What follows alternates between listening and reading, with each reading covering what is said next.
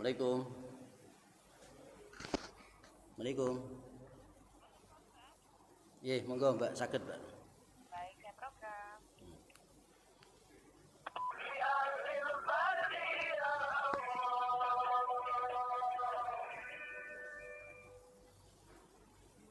Kali ini sudah tersambung dengan Ustadz Khairul Amin. Assalamualaikum warahmatullahi wabarakatuh. Selamat pagi, Pak Ustadz. Waalaikumsalam warahmatullahi wabarakatuh, Mbak Rosi.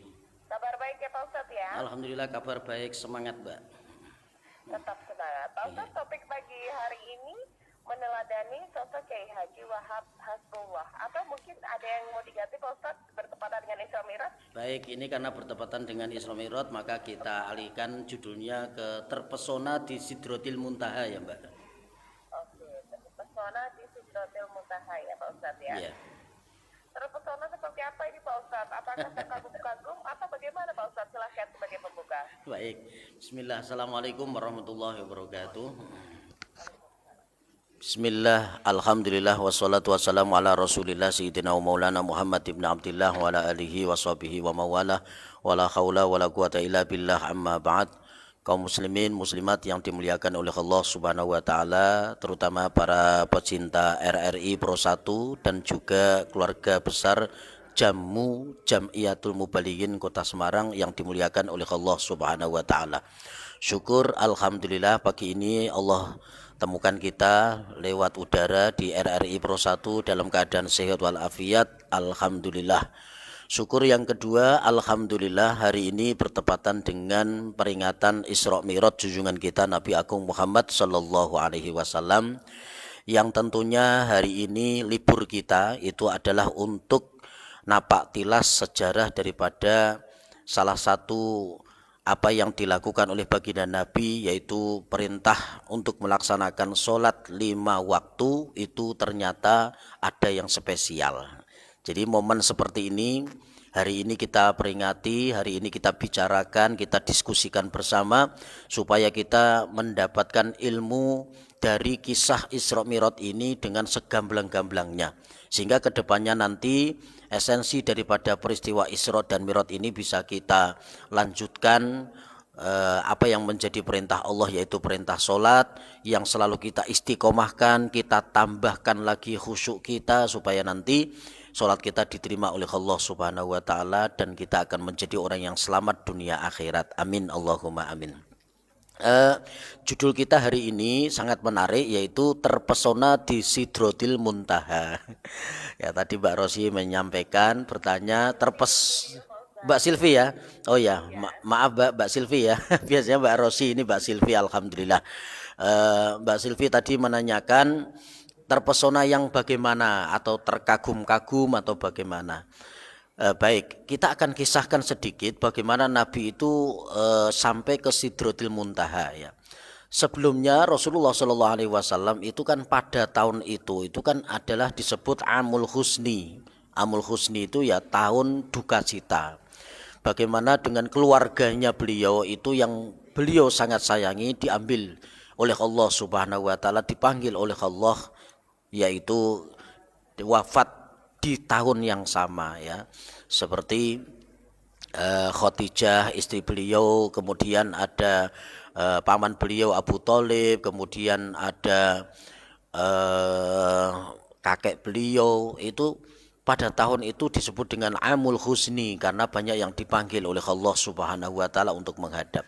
Maka Allah Subhanahu wa taala memberikan hiburan ya, kepada Rasulullah sallallahu alaihi wasallam dengan apa? Dengan Rasulullah itu diperintahkan untuk menghadap bikudrati wa iradatillah, dengan kehendak Allah, yaitu sampai menghadap ke Sidratil Muntaha. Dengan diperjalankan beliau minal Masjidil Haram ilal Masjidil Aqsa, yang pertama yaitu diperjalankan Allah Subhanahu wa taala kepada Nabi Muhammad, itu perjalanan minal Masjidil Haram ilal Masjidil Aqsa, sebagaimana yang difirmankan oleh Allah di dalam surah Al-Isra ayat 1. A'udzubillahi minasyaitonirrajim. Bismillahirrahmanirrahim. Subhanalladzi asra bi'amdihi lailam minal masjidil harami ilal masjidil aqsa. Ilal masjidil aqsa alladzi barakna haulahu linuriyahu min ayatina innahu huwas samiul basir. Maha suci Allah yang telah memperjalankan hambanya dari Masjidil Haram ke Masjidil Aqsa, yang kami berkahi sekelilingnya untuk menunjukkan tanda-tanda kekuasaan kami. Sesungguhnya innahu huwas samiul basir, sesungguhnya Allah itu maha mendengar dan maha melihat. Ini yang pertama, perjalanan Rasulullah itu ya, karena di awal tadi saya katakan bahwa Rasulullah pada tahun itu adalah Amul Husni, tahun duka cita, maka beliau dihibur oleh Allah. Sebelumnya Allah belah dada Rasulullah, kemudian dibersihkan, disucikan dengan air Zam-Zam. Begitu sudah bersih, maka Allah Subhanahu wa taala lewat malaikat Jibril, ditemani malaikat Jibril menghadap Allah, minal Masjidil Haram ilal Masjidil Aqsa, diperjalankan dari Masjid Haram ke Masjid Aqsa dan naik ke Sidratil Muntaha. Yang menarik di sini, kenapa harus transit dulu dari Masjid Haram ke Masjid Aqsa? Nah, ini yang menarik. Kenapa? Karena di Masjid Aqsa ini kan terletak di Palestina. Nah, Palestina ini itu banyak para nabi, para rasul yang ditanam di sana, ditandur di sana. Ya, jadi seperti Nabi Yusuf, Nabi Sulaiman, Nabi Dawud, Nabi Yakub itu Palestina semua. Sehingga Nabi sebelum menghadap Allah ke Sidratil Muntaha itu beliau itu ibaratnya napak tilas juga ya, atau khidmah atau menghormati para senior beliau saat sebelum beliau ada.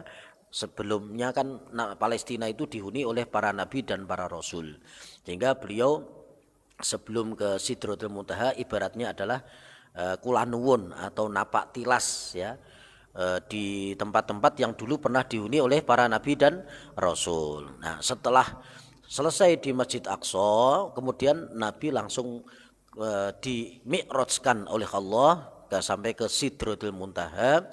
Di sana terpesona ya, terpesona. Kenapa?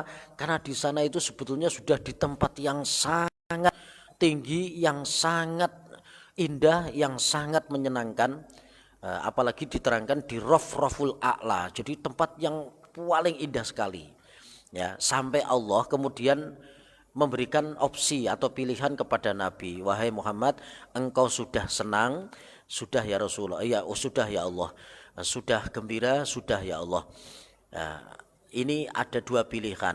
Nah, engkau tetap di sini di Rafraful A'la, tempat yang paling dekat dengan Allah, atau mau turun lagi ke bumi untuk menyampaikan risalahmu. Ini ada dua pilihan. Padahal ketika Rasulullah di Sidratul Muntaha itu sudah senang sekali, sudah bergembira sekali, ya, sudah sangat-sangat di sana itu seakan-akan sudah di surganya Allah Subhanahu wa taala. Tapi ketika ada dua pilihan, kau tetap di sini atau kembali ke bumi, maka Allah Subhanahu wa taala ketika memberikan dua pilihan itu, Nabi menjawab, ya Allah, turunkan aku ke bumi kembali untuk menyampaikan risalahmu kembali. Nah, ternyata dengan terpesonanya Nabi itu melihat situasi di Rafraful A'la sana, wallahu alam isinya apa, tapi yang jelas Nabi itu di sana sudah senang sekali, sudah terhibur, karena memang Nabi itu dihibur oleh Allah ya. Tapi tetap mengingat kita umatnya yang ada di bumi. Ya Allah, turunkan aku kembali untuk menyampaikan risalahku yang belum selesai. Oh, ini coba bayangkan kalau kita sudah mendapatkan sesuatu yang menyenangkan, pasti kita akan lupa ya. Oh, udah enak, tidak mau turun tentunya kalau kita mungkin ya. Tapi Nabi inginnya turun bertemu dengan kita, umatnya Nabi Muhammad SAW. Nah, maka kemudian diberikan oleh Allah Subhanahu wa taala berupa apa? Berupa perintah sholat. Pada saat diperintahkannya Rasulullah untuk melaksanakan perintah sholat itu, sholatnya 50 waktu. Nah, ketika bertemu dengan Nabi Ibrahim, belum Nabi Musa ini, baru Nabi Ibrahim. Ketika Nabi Ibrahim bertanya, ya Rasulullah, oleh-oleh apa yang engkau dapat di Sidratil Muntaha? Maka Nabi menjawab, diperintahkannya aku dan umatku untuk sholat 50 waktu. Nabi Ibrahim waktu itu sami'na wa atha, mendengarkan dan mentaati, maksudnya mengiyakan. Ternyata tidak ada protes ya, tidak ada usulan tidak ada proposal dari Nabi Ibrahim. Walaupun dalam hatinya batin, ini sholat 50 waktu dalam sehari pasti nggak bisa melaksanakan pekerjaan yang lain. Tapi ketika bertemu dengan Nabi Musa di langit sab 4, itu beliau ditanya oleh Nabi Musa alaihi salam, ya Rasulullah, wahai Nabiullah, kekasih Allah, oleh-oleh apa yang kau dapat dari Sidratil Muntaha, yaitu perintah sholat 5 waktu, kata Rasulullah. Maka Nabi Musa itu langsung kaget ya. Ya Allah, 50 waktu umatmu tidak akan kuat wahai Rasulullah. Nah, ini termasuk jasanya Nabi Musa ini. Kita itu sholat 5 waktu sebetulnya jasanya dari Nabi Musa. Coba kalau tidak ketemu dengan Nabi Musa, barangkali hari ini kita masih melaksanakan sholat 50 waktu. Dan mungkin tidak bisa kerja, tidak bisa apa-apa mungkin ya. Akhirnya Nabi diperintahkan oleh Nabi Musa untuk naik, untuk minta rukhsah atau keringanan dari Allah, jangan 50 waktu. Maka Nabi Muhammad kemudian naik lagi ke Sidratul Muntaha. Itu diterangkan dalam satu riwayat yang sahih itu. Dikurangi nisfahu, kemudian dikurangi 45, dari 45 menjadi 40. Suruh naik lagi oleh Nabi Musa sampai 30, sampai kemudian sampai 5 waktu. Nah, 5 waktu ini Nabi Musa masih minta Nabi itu menghadap Allah lagi untuk diringankan lagi, jangan 5 waktu, umatmu masih belum kuat. Nah, buktinya memang iya ya, mungkin kalau kita melihat kita sendiri, jangan orang lain, kita sendiri kadang-kadang sholat yang paling berat itu biasanya subuh ya. Subuh, orang-orang itu biasanya kalau saya tanya itu subuh biasanya. Kalau Mbak Silvi biasanya yang agak berat apa ini Mbak Silvi? Isya ya, karena subuh sudah harus harus siaran, harus di kantor ya. Jadi mas justru yang berat adalah isya ya. Memang masing-masing berbeda ya. Ada yang beratnya itu duhur Mbak Silvi, karena dia bekerja kadang-kadang tanggung ya, kadang-kadang tanggung, bajunya masih kotor, apalagi yang di bengkel-bengkel itu ya. Itu kalau imannya nggak kuat itu kadang-kadang bablas itu ya. Duhur, asar itu waktu yang tanggung bagi orang-orang yang kerja keras. Ya, kalau orang-orang biasanya yang santai itu justru malah subuh, tapi yang sibuk seperti Mbak Silvi malah isya ini yang berat ya. Nah, ini sebetulnya ada pada setiap orang. Cuma bagaimana kita nanti bisa merubah yang biasa menjadi luar biasa. Artinya kegiatan kita sehari-hari jangan sampai mengalahkan kegiatan ibadah kita termasuk sholat. Nah, maka sampai 5 waktu kemudian Nabi sudah malu. Ya Nabi Musa, saya sudah malu Nabi Musa. Dari 50 waktu menjadi 5 waktu, saya tidak akan minta keringanan lagi. Ya sudah, sampai sekarang akhirnya sholat kita adalah 5 waktu. Andai kata Nabi waktu itu naik lagi minta keringanan, barangkali Allah menjawab, ya wis ora usah sholat sisan. Mungkin seperti itu. Jadi kira-kira itu ya. Jadi terpesona di Sidratul Muntaha itu sebetulnya Nabi itu di sana sudah senang, sudah bergembira, sudah seperti masuk surga gitu ya. Nikmat apa sudah ada di Rafraful A'la sana. Tapi Nabi itu memikirkan kita umatnya jangan sampai tersesat, maka Nabi turun kembali untuk menyampaikan risalahnya. Ya, yang terakhir sebelum kita buka dialog, tentunya esensi daripada peristiwa Isra Mi'raj ini adalah oleh-oleh sholat. Maka jaga sholat kita sebelum kita disolati, karena yang membedakan antara kita dengan orang kafir itu adalah sholatnya. Anek sing Islam ora sholat, sing kafir ora sholat, terus apa bedanya, kan seperti itu. Maka mari kita, saya kira juga pendengar RI Pro 1 hari ini pasti juga semuanya sudah sholat 5 waktu semuanya. Apalagi pagi-pagi seperti ini sudah mendengarkan siaran, itu menandakan bahwa bangunnya pasti lebih awal, alhamdulillah. Nah, ditambah lagi dengan khusyuknya, qobliyah ba'diyahnya, dan sholat-sholat yang lain tentunya. Dan yang lebih penting Mbak Silvi itu adalah bagaimana supaya mempraktekkan makna sholat itu dalam kehidupan kita sehari-hari. Kan kita sudah ikrar, inna sholati wa nusuki wa mahyaya wa mamati lillahi rabbil alamin. Sesungguhnya sholatku, ibadahku, hidup dan matiku adalah karena Allah Subhanahu wa taala. Jadikan hidup ini semua aktivitas kita itu mengandung ridho dari Allah Subhanahu wa taala. Insyaallah, amin Allahumma amin. Demikian Mbak Silvi. Nggih. Saya akan bacakan beberapa WhatsApp dan pesan singkat. Ini ada yang lucu-lucu Pak Ustadz pertanyaannya. Iya. Terkait dengan Suratul Muntaha ini ada Pak Rohan Hadiwarno dari Iya. Kudus. Assalamualaikum Pak Ustadz, jarak bumi dengan Sidratul Muntaha ini berapa kira-kira? Apakah di sana ada oksigen mengapa bisa bernafas, kata Pak Zulhan Hadiwarno. Baik. Jadi jaraknya itu kecepatan cahaya ya. Jadi tidak bisa diukur dengan kilometer km, itu tidak bisa. Jadi kecepatannya itu adalah bahkan melebihi ya. Saya baca di riwayat-riwayat itu di ini ya, di ilmu falak itu tentang kecepatan Nabi Isra Mi'raj itu lebih dari kecepatan cahaya. Nah, ini yang perlu saya sampaikan di sini mumpung ada pertanyaan itu, bahwa Nabi itu pada saat perjalanan Isra dan Mi'raj itu tidak dalam keadaan badan seperti layaknya kita manusia. Jadi boleh jadi ya, jadi gini, tetap roh dan jasadnya, cuma jasad ini diganti oleh Allah. Ada salah satu tafsir yang mengatakan diganti dengan nur, sehingga ditemani oleh malaikat Jibril itu satu haluan, satu dimensi gitu ya. Jadi jangan dibayangkan Nabi itu mabur terbang kayak manuk gitu ya, kayak burung gitu ya.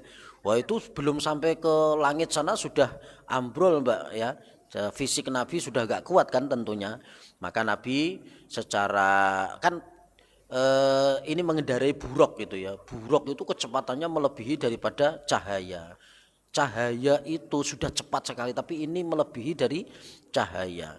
Jadi kecepatan berapa mil itu dari bumi ke Sidratul Muntaha itu tidak bisa diukur, saking jauhnya. Maka kecepatannya adalah kecepatan cahaya. Di sana tidak ada oksigen tentunya, ya tidak ada. Ya, kenapa Nabi masih hidup di sana? Ya karena biqudrati wa iradatillah. Maka Allah itu sampaikan awalnya dari kisah ini adalah kalimatnya subhana. Allah mengisahkan kalimat ini dengan kalimat subhanalladzi asra. Maha suci Allah dari ketidakmungkinan, dari kebodohan, dari kemustahilan. Maka Nabi di Isra Mi'rajkan oleh Allah itu tidak seperti badan kita seperti ini. Jadi seperti disabda sama Allah, itu dijadikan nur terlebih dahulu oleh Allah, baru bisa menghadap ke Sidratul Muntaha. Nah, kalau fisiknya masih seperti kita, barangkali belum sampai ke sana sudah hancur ya badan Nabi. Tapi kehendak Allah diposisikan pindah dimensi, yaitu dengan menggantikan badan Nabi atau jasad Nabi dengan nur. Itu salah satu dari pendapat mufasir. Seperti itu, Mbak. Baik, ini ada pertanyaan dari Pak Rofi, Pak Ustadz. Nggih. Assalamualaikum. Waalaikumsalam. Umur berapa Nabi ke Sidratul Muntaha dan berapa lama waktu perjalanannya Pak Ustadz? Jangan dijawab dulu, kita sama pendengar malu daftarnya Pak Ustadz ya. Nggih. Assalamualaikum warahmatullahi wabarakatuh. Selamat pagi. Assalamualaikum. Mas Budi Tujuan, silahkan. Ya, kita mau menanyakan kepada mengenai peristiwa Isra Mi'raj kemarin. Nggih. Isra Mi'raj ini kan perintah salat dan puasanya. Pertanyaan saya, apakah sebelum Isra Mi'raj itu Nabi sudah menunaikan salat atau belum untuk puasanya? Baik. Karena ada juga nabi-nabi Allah yang lain juga sebelumnya di zaman mereka juga sudah menunaikan salat. Nah, ini salatnya seperti apa dalam Islam sebelum Isra Mi'raj ini? Mohon penjelasan. Terima kasih. Assalamualaikum. Waalaikumsalam. Waalaikumsalam warahmatullahi wabarakatuh. Pak Ustadz mau jawab Mas Budin atau Pak siapa tadi? Baik, yang pertama ya. Jadi Nabi Shallallahu alaihi wasallam itu menjalankan perintah Isra Mi'raj ini itu lailan ya. Lailan itu satu malam, tapi tidak satu malam penuh ya. Istilahnya satu malamnya Nabi di Isra Mi'rajkan oleh Allah itu, lailan itu adalah beberapa waktu dalam satu malam. Beberapa waktu dalam satu malam itu digambarkan oleh ulama-ulama ahli tafsir itu, kalau sudah ada waktu sholat waktu itu berkisar antara setelah maghrib waktu berangkat dan pulang sebelum subuh. Oh ini, dan pulang sebelum subuh. Jadi lailan itu tidak satu malam penuh, itu tidak. Kalau satu malam penuh kan dari maghrib sampai ke subuh itu ya. Tapi ini enggak. Ini Nabi menjalankan dari Masjidil Haram sampai ke Sidratul Muntaha itu berapa? Lailan itu beberapa waktu dalam satu malam. Jadi sebelum subuh itu sudah sampai di Masjidil Haram kembali. Nah, Nabi Muhammad itu perjalanan Isra Mi'raj beliau umur berapa? Ya sekitar beliau berumur 50 tahun ya. Di tahun yang ke-10 masa kenabian. Jadi sekitar umur 50. Jadi Nabi itu menjadi Rasul kan umur 40 tahun ya. 10 tahun setelahnya Nabi di Isra Mi'rajkan oleh Allah. Umur 50 tahun itu ya masih belum tua-tua banget ya. Nabi aja meninggal umur 63 ya, kira-kira 13 tahun sebelum beliau wafat ya. 13 tahun menyampaikan risalah termasuk sholat ini. Kemudian tadi pertanyaan berikutnya, Nabi itu sholat sebelum Isra Mi'raj apa sudah ada perintah sholat gitu ya. Jadi sebelumnya Nabi Muhammad itu sudah ada perintah sholat. Itu sebelum Nabi Muhammad loh. Termasuk Nabi Sulaiman sampai kemudian beliau wafat pada saat dua riwayatin sedang sholat.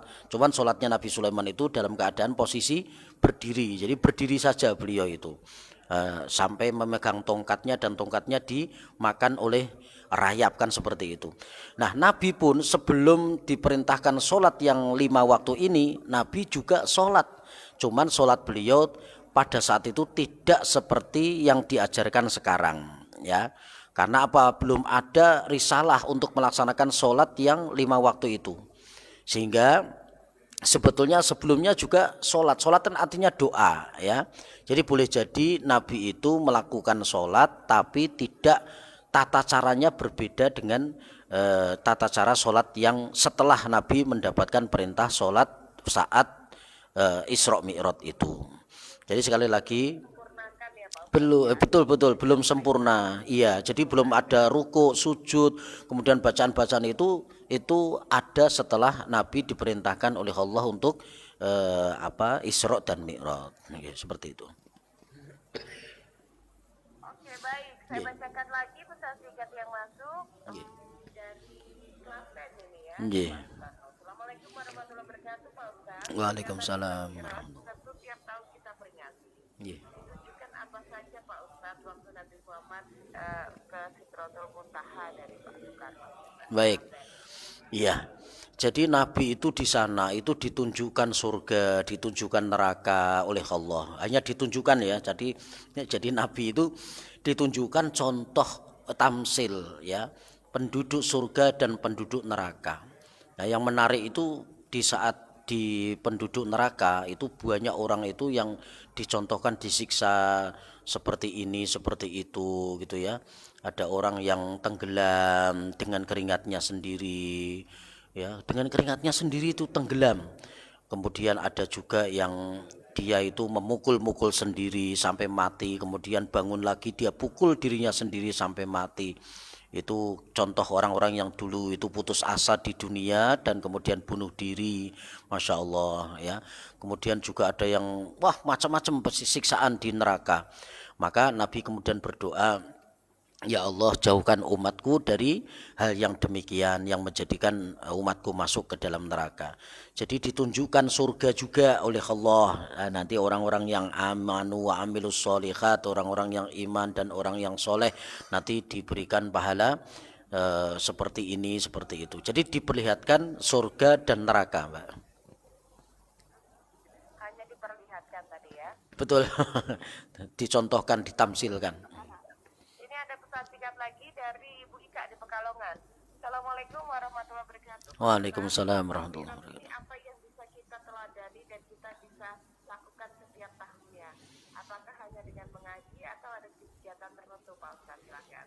Baik, kita bisa mengisi Isra Mi'raj ini dengan kita membaca sejarah Nabi Muhammad SAW. Dengan kita membaca sejarah tentang beliau, maka kecintaan kita kepada beliau tambah. Kecintaan, mahabbah kita kepada Nabi itu semakin bertambah. Sehingga tidak hanya kita itu memperingati Isra Mi'raj itu hanya kita yang penting syiar, ya syiar itu bagus, tapi bagaimana supaya kita itu mengkondisikan di era sekarang ini memperingati Isra Mi'raj tidak hanya geruda-geruduk ya, kemudian makan snack, mendengarkan, ya itu bagus, itu syiar. Tapi bagaimana memaknai sholat dalam kehidupan kita sehari-hari. Orang yang sholatnya bagus, nanti insya Allah ketakaburan akan hilang, sombongnya hilang, ya takaburnya akan hilang. Kenapa? Karena dia memaknai sholat dalam kehidupan sehari-hari. Nah, bolehlah kita tambah dengan syiar-syiarnya, ya, dengan kita memperbanyak ini semacam menghias masjid untuk persiapan Ramadan juga. Kemudian kita mengadakan lomba-lomba tingkat anak-anak dalam rangka memperingati Isra Mi'raj seperti itu. Ini karena lagi pandemi ya, maka lagi dibatasi. Nanti kalau sudah hilang virus ini, maka bisa kita tambah dengan syiar-syiar yang lain. Seperti itu Mbak Silvi. Oke, jadi sebetulnya memang aplikasinya ini juga jauh lebih mudah ya Pak Ustadz. Betul. Setiap hari ya. Nggih. Baik, ada lagi pesan singkat yang masuk. Assalamualaikum warahmatullahi wabarakatuh Pak Ustadz. Waalaikumsalam. Pak Ustadz tadi menjelaskan kita sholat ini awalnya 50 kali. Apakah ini sama dengan apa ya? Apakah ini bisa turun lagi Pak Ustadz? Kalau tadi Pak Ustadz mengatakan Nabi bisa nego lagi setelah 5 kali sholat Pak Ustadz. Oh, tadi ada Pak Ustadz ya. Iya. Ya. Saya bacakan satu lagi aja. Nggih. Iya. Assalamualaikum warahmatullahi wabarakatuh Pak Ustadz. Waalaikumsalam. Saya Yanti di Pedurungan. Bagaimana cara mengajarkan kepada putra-putri agar tetap tekun untuk patuh kepada Allah Subhanahu wa taala dan takut mendapatkan dosa? Apakah dengan menceritakan tentang neraka ini bisa mengajarkan mereka Pak Ustadz? Kata Bu Yanti. Baik, yang pertama tadi di awal sudah saya sampaikan bahwa pada saat sudah sampai 5 waktu Nabi Musa masih minta Nabi Muhammad itu untuk naik lagi, minta keringanan lagi.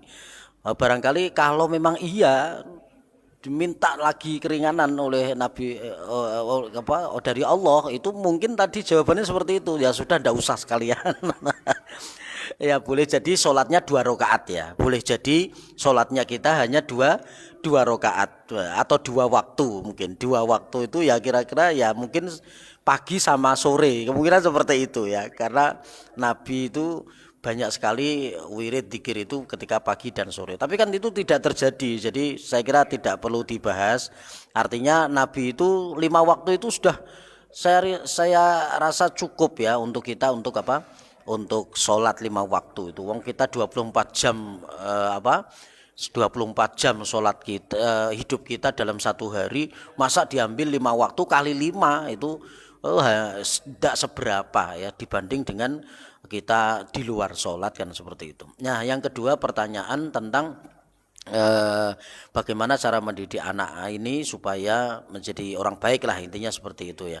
Yang pertama harus ayyuhassina ismahu idza walada. Jadi pendidikan anak itu yang pertama memberikan nama yang baik ya, seperti orang tua memberikan nama soleh, itu kan supaya nantinya menjadi anak yang soleh. Nanti ketika dia mau melakukan perbuatan yang tidak baik, itu dia akan malu. Kenapa? Wong jenenge soleh kok ngelakoni dosa, kan seperti ngelakoni maksiat, kan seperti itu. Itu ada dorongan spirit ya, dorongan positif di dalam hatinya supaya jangan sampai melakukan dosa, jangan sampai melakukan maksiat dengan sengaja. Wong nama saya itu soleh, misalnya seperti itu. Nah, jadi memberi nama yang baik dulu untuk anak kita supaya anak itu menjadi merasa bahwa dirinya itu pede ya, pede. Jadi dia itu percaya diri bahwa dia itu mempunyai nama yang baik, dia harus menjadi orang yang baik. Ya, seperti itu, okay. Nah, kemudian yang kedua itu wa ayyu'allimahul kitaba idza aqala.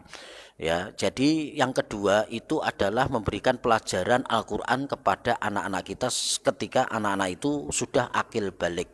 Jadi waktu akil balik itu ya sudah ihtilam. Kalau anak laki-laki sudah pernah mimpi basah. Kalau anak perempuan sudah haid atau menstruasi, itu harus diajarkan untuk sholat, diajarkan untuk membaca Al-Quran. Nanti akan menjadi generasi Qurani, menjadi akhlak yang Qurani. Ya, karena terbiasa, sudah biasa ngaji. Kalau nggak ngaji itu maka hatinya itu nanti akan merasa bersalah. Loh, iki wayang ngaji kok dolan. Ya, kenapa? Karena kebiasaannya adalah kebiasaan ngaji. Ini kebiasaannya kok pegang HP, kemudian main game, kemudian nonton YouTube. Nah, maka ketika dia itu tidak pegang HP, maka anak itu seperti sudah ini kehilangan sesuatu yang besar. Nah, jadikan anak-anak kita itu jangan sampai merasa kehilangan sesuatu yang besar dalam urusan dunia, tapi merasa kehilangan urusan akhirat kalau dia meninggalkannya. Misalnya kebiasaan baca Quran, dia kemudian sehari gak baca Quran, dia akan menyesal, dia akan seperti hatinya itu merasa kehilangan sesuatu. Jadikan seperti itu sehingga nanti dia akan mendapatkan spirit ya dalam dirinya, energi positif untuk melakukan hal-hal yang selalu baik seperti itu. Yang ketiga, wa ayyuzawijahu idza adroka, setelah dewasa maka dinikahkan. Itu kewajiban dari orang tua kepada anaknya. Mengenai tadi disinggung apa harus ditakut-takuti dengan neraka. Ya, waktu kecil mungkin kita juga sering ya dari orang tua kita, oh dosa lo, nek dosa mlebu neraka lo. Nah, seperti itu kan. Nah, digosok nganggo setrika. Digambarkan dulu ada itu ya. Lidahnya dipotong kemudian ditusuk dari bawah ke atas. Dulu kan komik-komik itu kan ngeri-ngeri gitu ya.